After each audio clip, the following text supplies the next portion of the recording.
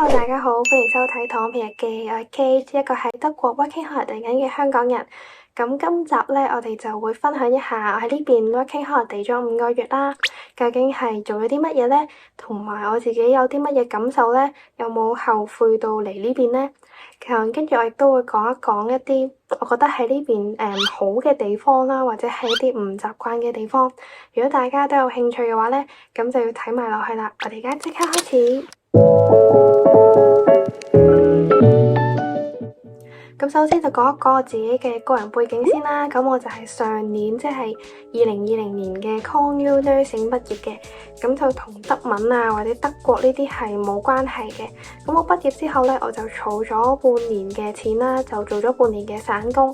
咁於是我就攞住我嘅積蓄去出發 working holiday 啦。咁我喺出發嘅時候呢，我就唱咗大約係7萬蚊嘅港幣。咁當時嘅匯率呢係比較低嘅，咁就可以大概兌到有9000元嘅歐羅啦。咁而家我就5個月啦，就接近得返3000幾蚊嘅歐羅嘅啫。咁主要嘅其實都係一次性嘅費用比較多，包括你係去旅行啊，你可能係德文嘅語言班啊，你啱啱 move in 搬入嚟嘅時候，你都要買一啲家私啊、日用品啊等等嘅。咁如果大家有興趣嘅話呢，我之後都可以再出一條關於支出嘅影片。喺德文程度方面呢，我就係出發嘅時候呢，就大概得 Boy One 嘅水平嘅啫。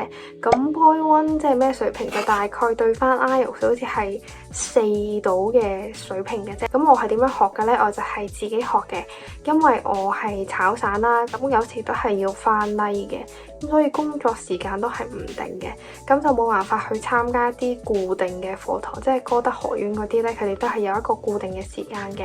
咁就比較難咯，咁所以呢，我喺出發嘅時候呢，亦都有去到歌德學院去考呢個 Boy One 嘅試嘅，咁但係都好似有1-2份卷 fail 咗，因為我可能讀書嘅時間真係得2至3個月或者更少啦，由 A0 去到 Boy One， 咁跟住都係啦就 fail 咗啦，咁所以就後尾都有翻去德國，去到德國之後呢，亦都有即刻去 book 呢個補考嘅，咁亦都 pass 咗啦，咁所以我嘅 level 就係只係得 Boy One。多少少即係4.0到嘅啫。咁跟住就講一講點解會揀德國 working holiday 啦。咁我揀呢個原因呢，就係要講到大概2至3年前啦。飲啖水先。咁我就係final year 讀書嗰陣時，咁讀書嗰陣時其實就要實習啦，咁就實習出得就唔係幾開心嘅，同埋讀書嘅壓力都好大啦。咁加上當時嘅係香港嗰個疫情嘅問題呢，香港係未開關嘅，即係好壓抑大家嗰陣時。所有嘢加埋一齊，又冇得去旅行啊，真係頂唔順啊！咁於是就決定好想去一個長啲嘅旅行，咁就係真係放鬆一下。咁加上當時男朋友呢，就喺呢個德國度讀書啦，咁佢係香港人，亦都係唔識德文嘅，咁佢就叫我不如過嚟德國呢邊玩啦。咁於是我就做咗少少嘅 research 啦，咁好多人都話其實可以試下 working holiday 呢個選項嘅，因為 working holiday 呢就係 flexible 好多嘅，你就可以揀你自己想要做啲乜嘢啦，又唔使規定，例如可能 study visa 你一定要係讀書嘅，例如 language course visa 你都一定要係讀 language 嘅。咁但係 working holiday 呢個 visa 咧就冇限嘅，你想做乜嘢都得嘅，而且仲有1年咁長嘅時間，你亦都可以去好多地方玩啊等等嘅，亦都可以翻工啊咁樣，所以就係決定咗去德國 working holiday 啦。咁跟住我就係講下開始嚟呢邊嘅時候啦。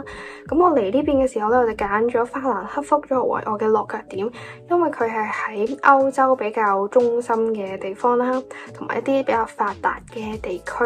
咁佢呢邊都係比較多來往亞洲甚至係香港嘅直航機嘅。咁去旅行咧亦都好方便，例如可能你去瑞士啊，都係3至4個鐘；去法國就2至3個鐘度，其實都非常之方便同快。再者咧，呢邊亦都有好多人識英文嘅，咁所以你淨係識英文咧，其實你都係生存到嘅。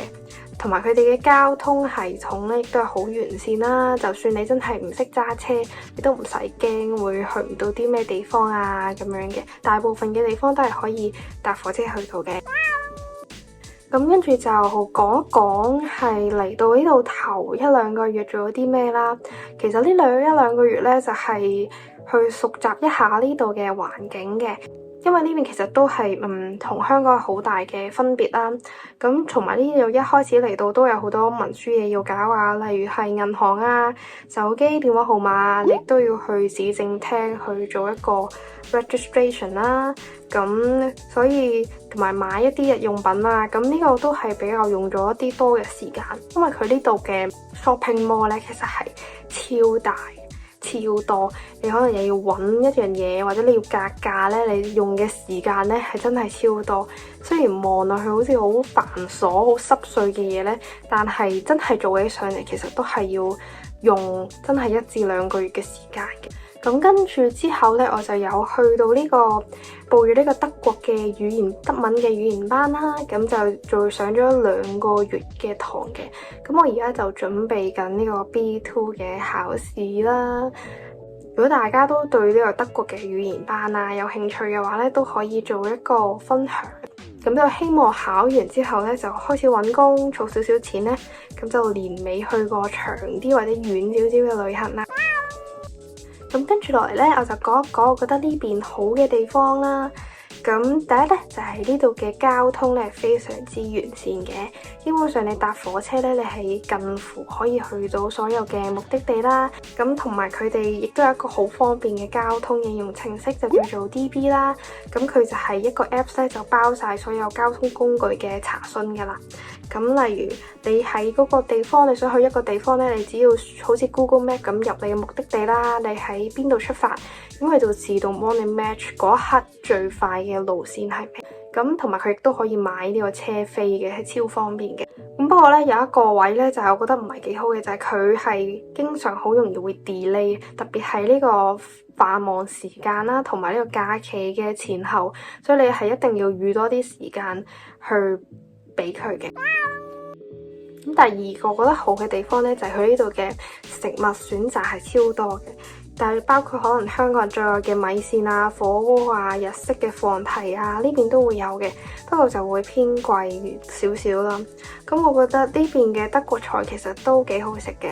咁我自己最中意就係食佢哋嘅豬手啦、豬扒啦，同埋佢哋嘅腸仔嘅。呢邊咧亦都有好多 Asian 嘅 market 啦，或者係餐廳，大家都唔使驚揾唔到一啲 Asian 嘅嘢食。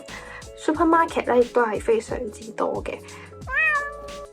咁第三咧就係天氣啦，我覺得呢度嘅天氣咧非常之舒適啦。佢呢邊主要就係偏乾爽比較多，大概咧就唔會好似香港咁濕熱咯。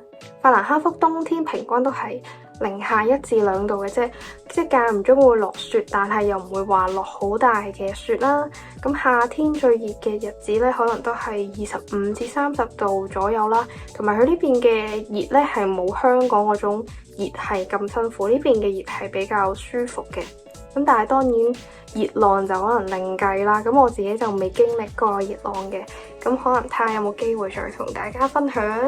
咁仲有一樣嘢就係佢呢度乾爽呢，就係你冇好少蚊同埋好少曱甴，呢邊係冇曱甴嘅。蚊呢就間唔中有啦，但係我都冇俾蚊咬過嘅 so far。不過如果你係垃圾包得唔好呢，就會有勁多烏蠅嬲過你嘅啲垃圾噶啦。咁第四個覺得好嘅地方呢，就係唔係好怕悶嘅，因為啱先都有講啦，大家有睇我 vlog 都知道，其實呢度有好多景點可以睇啦，例如我有去過天鵝堡啊、楚格峰啊、柏林啊，同埋呢邊附近呢，亦都有好多唔同嘅歐洲國家啦，咁瑞士啊、奧地利啊、荷蘭啦都有講過，所以你都唔使驚會好悶咯，你一日去一個國家或者一日去一個地方，都已經夠你玩好多嘢啦。咁第五呢，就係呢度係傾向用一啲環保或者係高科技嘅一啲家電或者係程式啦、應用程式啦。咁大部分嘅商場啊、餐廳啊，甚至係嗰啲飲品嘅自助售賣機呢，佢哋都係有可以用到信用卡嘅。咁而我呢邊，我見到我呢邊呢，就比較多，佢哋傾向用一啲環保嘅自動感應嘅燈啦，同埋一啲電梯嘅。咁就係有人經過呢，佢哋先至會着嘅。咁同埋佢哋掃垃圾亦都係唔係人手掃咁簡單，佢哋係會有一部掃垃圾嘅車仔啦。咁跟住就有個位咧，就可以自動吸垃圾嘅。咁就唔係香港嗰種，就係攞個掃把掃，跟住就倒落個垃圾桶度。佢哋就係全自動化嘅。咁同埋呢邊亦都有個好方便嘅嘢，就係佢呢度嘅郵票或者寄信啦。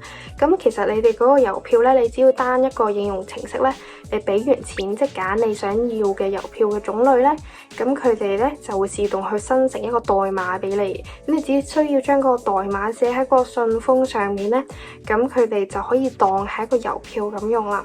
咁我覺得呢個就非常之方便，你就唔使特登再去買郵票咁樣。如果大家中意我嘅分享嘅話咧，咁就記得 like、share 或者 subscribe。咁我哋下集再見啦，拜拜。咁跟住咧就講一講唔習慣嘅地方先啦。咁第一咧就係我覺得好困難嘅。